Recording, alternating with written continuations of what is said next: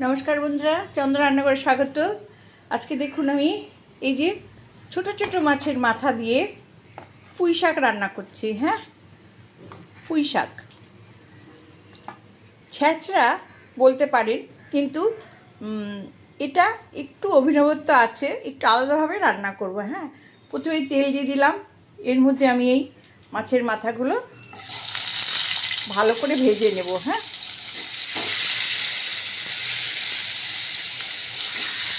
লবণ হলুদ দিয়ে মেখে নিয়েছি, ভালো করে ভেজে নেব। হ্যাঁ, আর রান্না করবো কি দিয়ে? পেঁয়াজ, রসুন, কাঁচা লঙ্কা, আদা, মিষ্টি আলু, গোল আলু, আর এটা হলো পুঁই শাক। দেখুন এইটা যে আমি কিভাবে তরকারি রান্না করছি সেটাই দেখাচ্ছি। দেখুন বন্ধুরা, মাছ ভাজা উল্টে পাল্টে দিয়েছি, মাছ ভাজা হয়ে গেছে। আমি দেখুন তুলে নিলাম, ঠিক এরকম লাল করে ভাজা হবে। হ্যাঁ,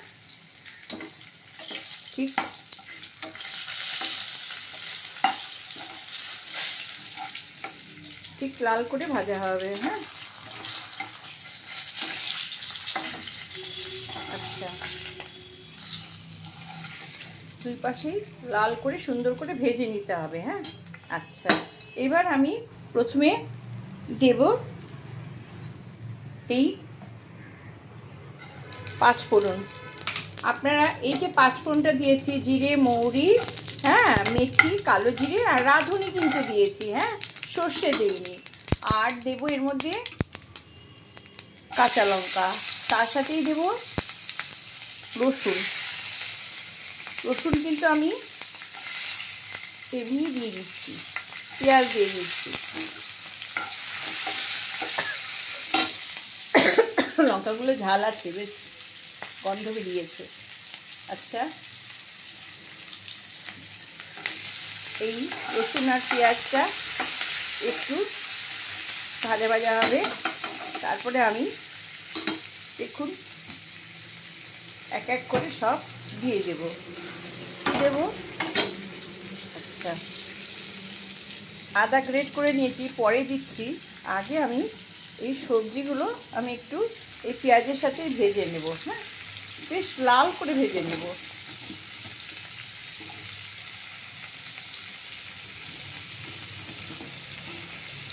সবজি যত সুন্দর করে ভাজবেন রান্নাটা তত ভালো হবে। অবশ্যই একটু লঙ্কা গুঁড়োও দিতে হবে, কারণ এটা একটু ঝাল ঝাল টকটক হবে। টকের জন্য আমি একটু ভিনিগারও দেবো। হ্যাঁ, আর আর জিরে গুঁড়ো আর ধনে গুঁড়ো দেবো। ঠিক আছে, এটা এখন আস্তে আস্তে ভাজা হবে। হ্যাঁ, একটু ভাজা হলে তারপরে আমি লবণ হলুদ দেব। চলে আসলাম, দেখুন এটা প্রায় ভাজা ভাজা হয়ে এসছে। হ্যাঁ, এবার আমি এর মধ্যে দিয়ে দেব, দেখুন লবণ দিয়ে দিলাম। হ্যাঁ, আন্দাজ মতন।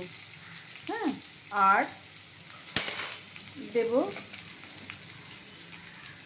এই যে 1 চামচ লঙ্কা গুঁড়ো, ঠিক 1 চামচ ধনে গুঁড়ো, আর 2 চামচ জিরে গুঁড়ো দিয়ে এর মধ্যে দিয়ে দেব আদা গ্রেট করা। একটু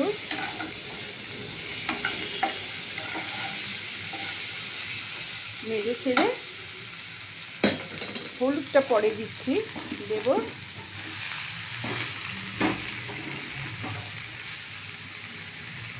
আঁচটা ছোট করে দিলাম। এবার দেব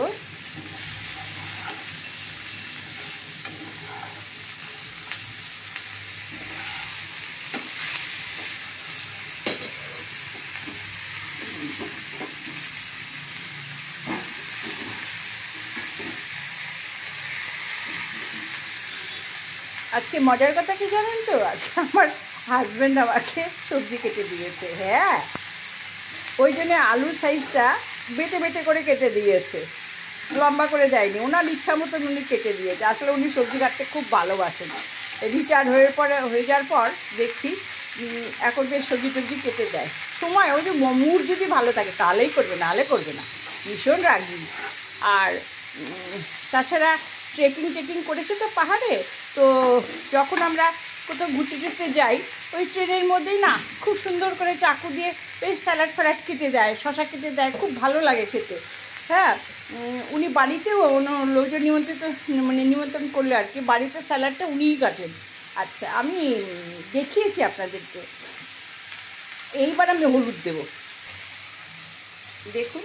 এইবার হলুদ 1.5 চামচ দেবো, মানে চা চামচে 1 চামচ।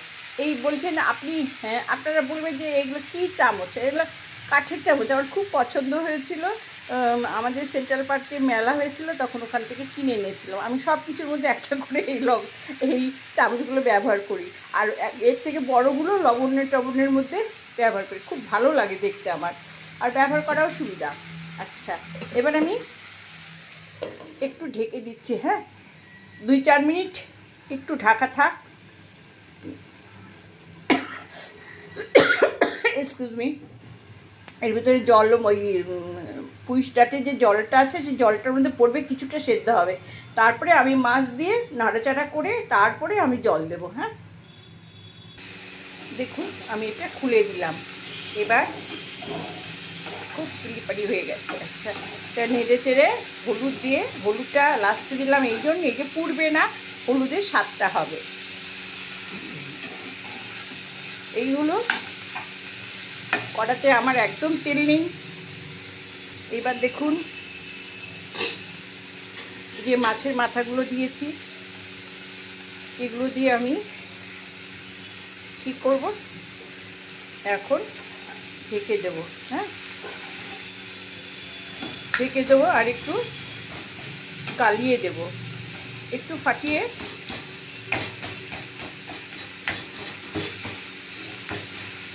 এই তো ফাটিয়ে দিলাম।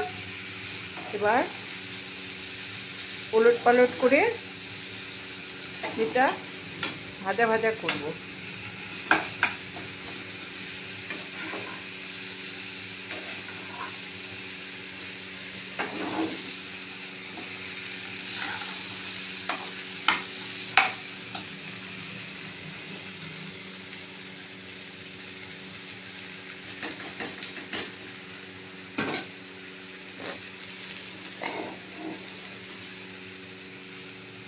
এটা হয়ে গেলে এখন আমি এর মধ্যে জল দিয়ে 5 মিনিট রান্না হতে দেব।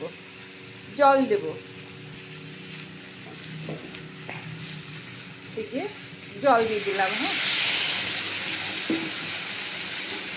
অবশ্যই গরম জল দেবেন। হ্যাঁ, দিয়ে এটা একটু নেড়ে চেড়ে ঢেকে দেবেন, আঁচটা মাঝারি দেবেন, সমস্ত সবজি সেদ্ধ হয়ে যাবে। তারপরে দেখাচ্ছি কি করব। ঢেকে দিলাম। হ্যাঁ, এখন রান্না হতে আমি 5 মিনিট সময় দেব। দেখুন বন্ধুরা, আমার তরকারি হয়ে এসছে, দেখছেন কীরকম মাখা মাখা হয়ে গেছে। আমি একটু এই যে এরকম করে দিচ্ছি, দিয়ে এর মধ্যে সামান্য একটু, এই যে যেহেতু মিষ্টি আলু আছে সেহেতু সামান্য চিনি দিচ্ছি, 1/2 চামচ, 4 চামচেরও 1/2 চামচ চিনি, এইটা 1/2 চামচেরও কম। তো দেখুন, টেস্টের জন্য দিচ্ছি। কেন দিচ্ছি, এই যে ভিনিগার আর একটা কাঁচা লঙ্কা এর মধ্যে দিয়ে দিলাম। মাছের তরকারি একটা আষ্টে গন্ধ থাকে, যদি ভিনিগার না থাকে একটু লেবুর রস দিয়ে দেবেন। হ্যাঁ, কিন্তু খুব ভালো লাগে। জিরে, মৌরি, শুকনো লঙ্কা আর এই আমি আরেকটা জিনিস অ্যাড করছি এর সঙ্গে, সেটা হলো দেখুন আমার গাছে ধনে পাতা নেই, কিন্তু কারি পাতা আছে, কারি পাতা একটু ছড়িয়ে দেবো। হ্যাঁ, যাদের কারি পাতার গন্ধ ভালো লাগে না তারা ধনে পাতা দেবে। হ্যাঁ, যারা ধনে পাতা ভালোবাসে তারা ধনে পাতা দেবে। আমার কাছে ধনে পাতা অ্যাভেলেবেল নেই, আমরা কারি পাতা খাই বলে আবার একটু দিয়ে দিলাম। আর দেবো সামান্য একটু আটা ছড়িয়ে। এবার এইটা একদম মাখা মাখা হয়ে যাবে। হ্যাঁ, মাছের মাথার ভেতরে যে তেলগুলো ছিল সবজির সাথে, যেগুলো সেদ্ধ হয়ে গেল, ডাটা টাটা সব, হ্যাঁ দেখছেন।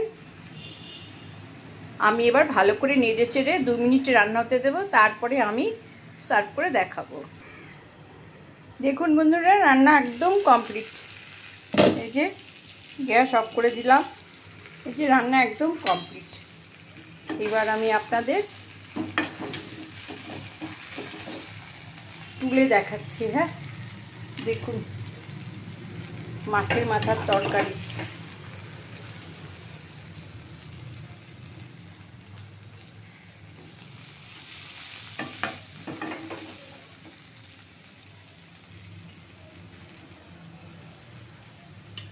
এত সুস্বাদু হবে আপনারা কল্পনাও করতে পারবেন না। দেখুন কড়াইয়ে এক ফোঁটাও লেগেনি, সব হয়ে গেছে তোলা। হ্যাঁ, ঠিক শুকনো মাছের মাথা চচ্চড়ি। এটা পুইডাটা চচ্চড়ি মাছের মাথা দিয়ে। হ্যাঁ, একদম শুকনো শুকনো, না সর্ষে বাটা না, এটা এমনিই চচ্চড়ি, তরকারিও বলতে পারেন। রাখছি বন্ধুরা, ভালো লাগলে সাবস্ক্রাইব করবেন, লাইক করে শেয়ার দেবেন।